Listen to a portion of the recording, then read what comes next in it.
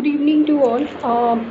Let's proceed further. And in this particular video walk of mine, now I would like to go ahead and discuss with all of you some of the things which are necessary for, necessary points, I would say, when you are conducting systematic literature review. And this holds true for all the domains of the knowledge, I would say. However, the best thing that you will have to understand is which one of them, depending upon the, when I said it's true for all the domains of the knowledge, what I meant is, depending upon your domain of research. For example, if you are coming from management field, what is the minimum number of the databases that you need to cover for the search options, and how you are going to put it into your writing on systematic literature review. You will have to understand it. Now, since I come from that background wherein the training was given for me for different domains to be covered, so I thought, okay, let me go ahead and share with each one of you as to how to understand basically doing a particular part of it. Number one, that is the systematic literature review. Number two, what kind of I would say the points are to be remembered, especially so the first slide that I'm showcasing right now, and I would be focusing on it exclusively, is the few questions.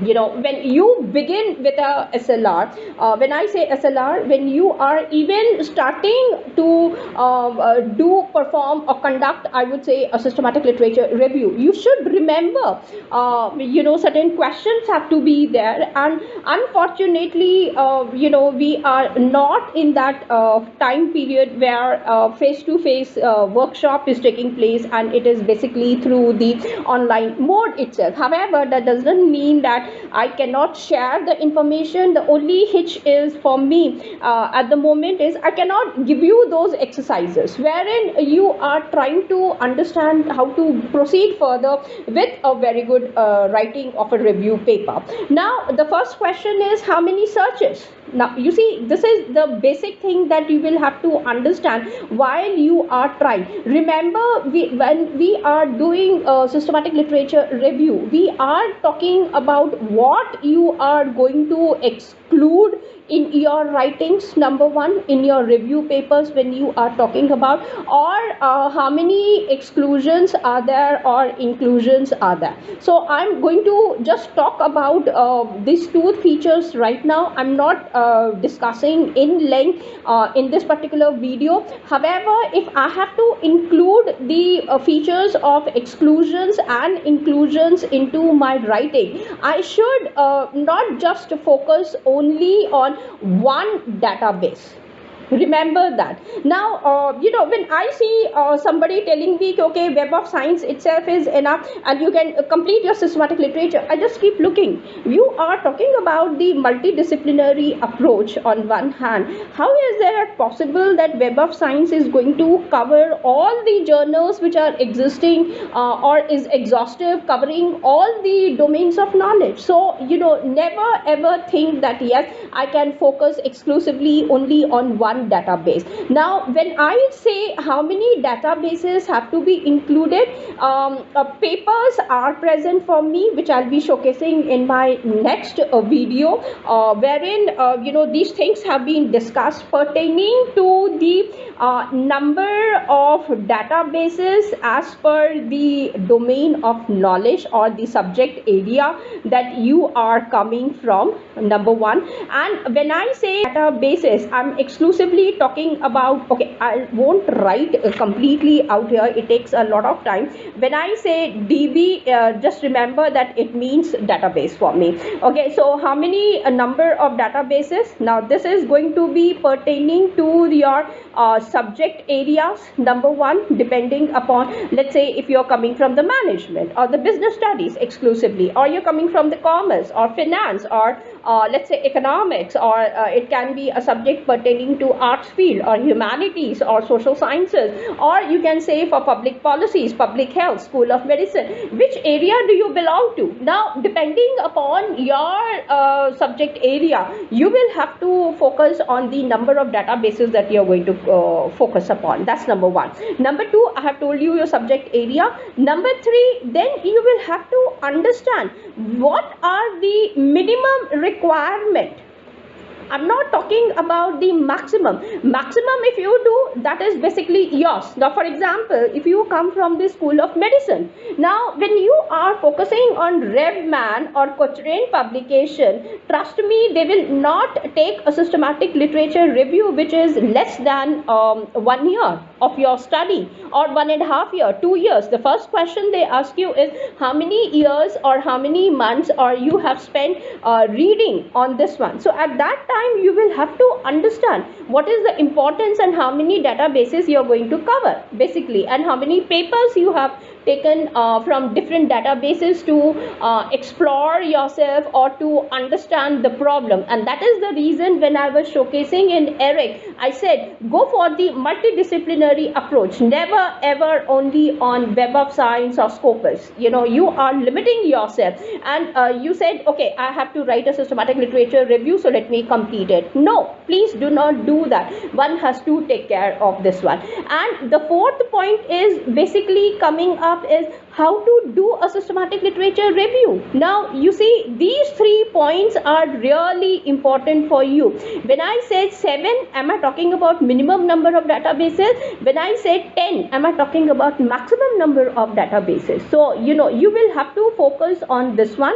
Then which ones are that is also necessary. Now you see, depending now the entire I would say knowledge field which I have seen, and I really thank some of them going out of the way, because it's not necessary that each one of us is getting an access to Web of Science or let's say a Scopus database, and if I'm not able to get it, then how am I going to do my systematic literature review? However, thanks to those communities which are present who have recognized this particular problem or the issue, and then they are trying to help us out to go further. And that is the reason why the step as to how to do it is what we are going to focus upon. That was also side by side. Next, which I recently came across one of the scholars who asked me this question completely. Ma'am, can I have a complete list of the databases? Now, in my workshop on systematic literature review, which I think I have taken more than 15 workshops on systematic literature review, there I have showcased what are the various things that you have got and how to carry forward basically to understand it. Okay, so those things are also available, and we will see how to go further into it and try to understand you know, basically as to how we are carrying forward with that. Now when we are talking about the list of the databases, you will see differences coming in from social sciences, arts and humanities. Then we are talking about the medicine school, business studies are also present for us, so that also is available and we will have to focus upon it. Now I wouldn't say that these are the only areas that we need to focus upon. There are other schools also, so the databases which are available needs to cover up, so that, and that is the reason why we talk about the team that is being formed. So one person can be from social sciences, one person can be from the School of Medicine, depending upon your topic for the systematic literature review. Other person can be from the business studies, but especially, you know, when let's suppose that you are writing a paper on spirituality, spiritual marketing, or if you want to go ahead at spirituality at the workplace, does that mean that spirituality of workplace is dedicated only to the School of Business Studies? Do you think that medicine schools don't have any workplace, or don't you think that educational department don't have, the Department of Education does not have any place for workplace? So why is it that, however, if you look the workplace concept for a teacher, workplace concept for a manager, workplace concept for a president of a company, it differs from person to person. So why we cannot have that kind of a team formed and all of us coming together and then writing a systematic literature? Now that is where the main idea is coming in. Now you see, if you understand the philosophy of the systematic literature review, the funnel which I can showcase in my next video lecture, and then you can understand what exactly is happening over there and why they have created that kind of a funnel for us to go ahead with the systematic literature review, is very, very interesting in that manner. And the steps for searching.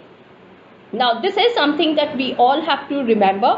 One is the basic search option, second is the intermediary search options, then we have got advanced search options. Now basic and I would say advanced search options, these are basically given away in majority of our databases. However, some of them do not include intermediary search options at all. Okay, now there are certain databases which I'll be showcasing in my next, or maybe after that, the video lecture of mine, wherein I can showcase to you what are the 3 levels that you have got. Now, for example, basic search options, intermediary, or advanced part of it, and accordingly you can go ahead and you are able to take care. I hope this particular slide gives you a basic understanding about the SLR and the databases, unlike the ones that we keep hearing about